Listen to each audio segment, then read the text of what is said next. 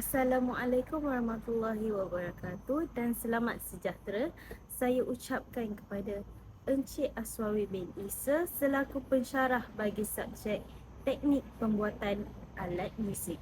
Jadi pada hari ini saya, Siti Hajar binti Abdul Halim, bernombor metrik C20A1598 akan menerangkan mengenai rebana ibu. Rebana ibu merupakan sebuah rebana ataupun gendang kategori membranofon di mana pemuzik perlu mengetukkan membran ataupun permukaan gendang bagi menghasilkan bunyi atau rentak yang kuat. Kebiasaannya diperbuat daripada kayu nangka.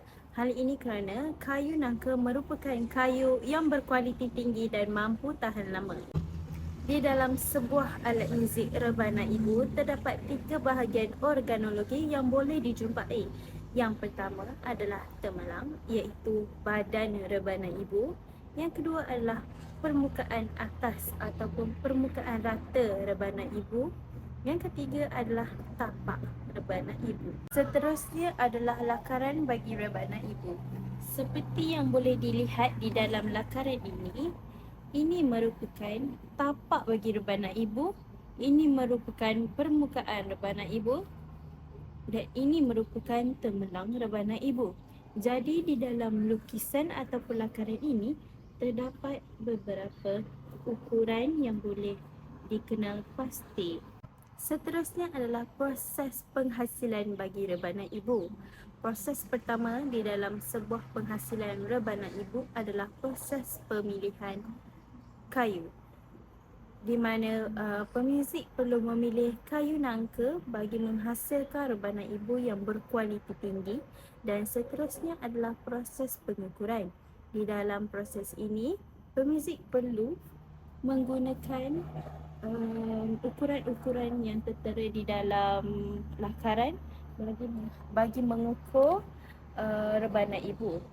Seterusnya adalah proses pengukuran, di mana para pembuat alat muzik perlulah merujuk lakaran ini. Lakaran ini terdapat ukuran yang sangat spesifik bagi penghasilan rebana ibu. Proses kedua tersebut juga dikenali sebagai proses penandaan. Proses ketiga pula dikenali sebagai proses pemotongan. Ukuran yang telah ditanda ketika proses kedua perlu dipotong menggunakan mesin yang tertentu bagi mendapatkan atau bagi memperolehi bentuk yang sangat cantik dan berkualiti tinggi pada akhir pembuatan alat muzik tersebut. Seterusnya adalah proses pembersihan. Terdapat 2 bahagian di dalam proses pembersihan ini. Yang pertama melibatkan badan ataupun temelang bagi rebana ibu, di mana pembuat alat muzik perlu membuang bahagian tengah-tengah temelang tersebut bagi menghasilkan sebuah bulatan berlubang. Dan kedua melibatkan kulit kambing yang digunakan untuk menghasilkan permukaan bagi rebana ibu. Seterusnya adalah proses pencantuman, di mana para pemuzik perlulah mencantumkan kulit kambing bersama dengan temelang ataupun badan bagi rebana ibu dengan mengikat kulit kambing tersebut pada bahagian temelang dengan menggunakan rotan. Teknik yang perlu digunakan untuk mengikat kulit pada temelang adalah menggunakan teknik anyaman. Proses terakhir bagi menghasilkan rebana ibu adalah penalaan ataupun tuning, di mana pemuzik perlulah mengukur tuning yang sebenarnya bagi mendapatkan kualiti bunyi. Seterusnya saya akan menerangkan mengenai kos yang diperlukan untuk menghasilkan sebuah rebana ibu. Jadi kos sebenar ataupun modal untuk menghasilkan rebana ibu adalah sekitar RM350 sahaja.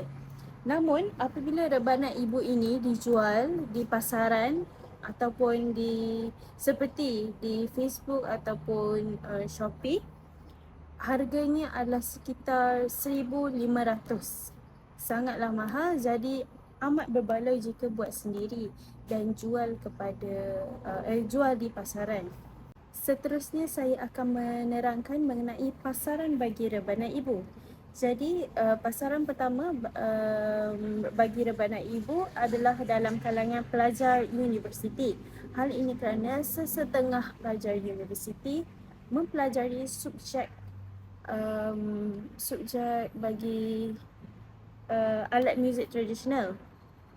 Jadi mereka sewajarnya membeli alat muzik tradisional untuk keperluan mereka. Dan seterusnya adalah dalam kalangan pusat-pusat kerajaan. Contohnya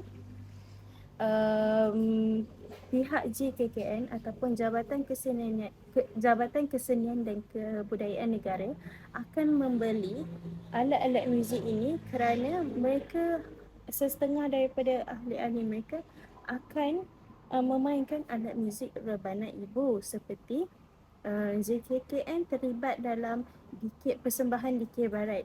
Seperti yang kita tahu, Dikir Barat mempunyai alat muzik rebana ibu di dalam persembahan mereka.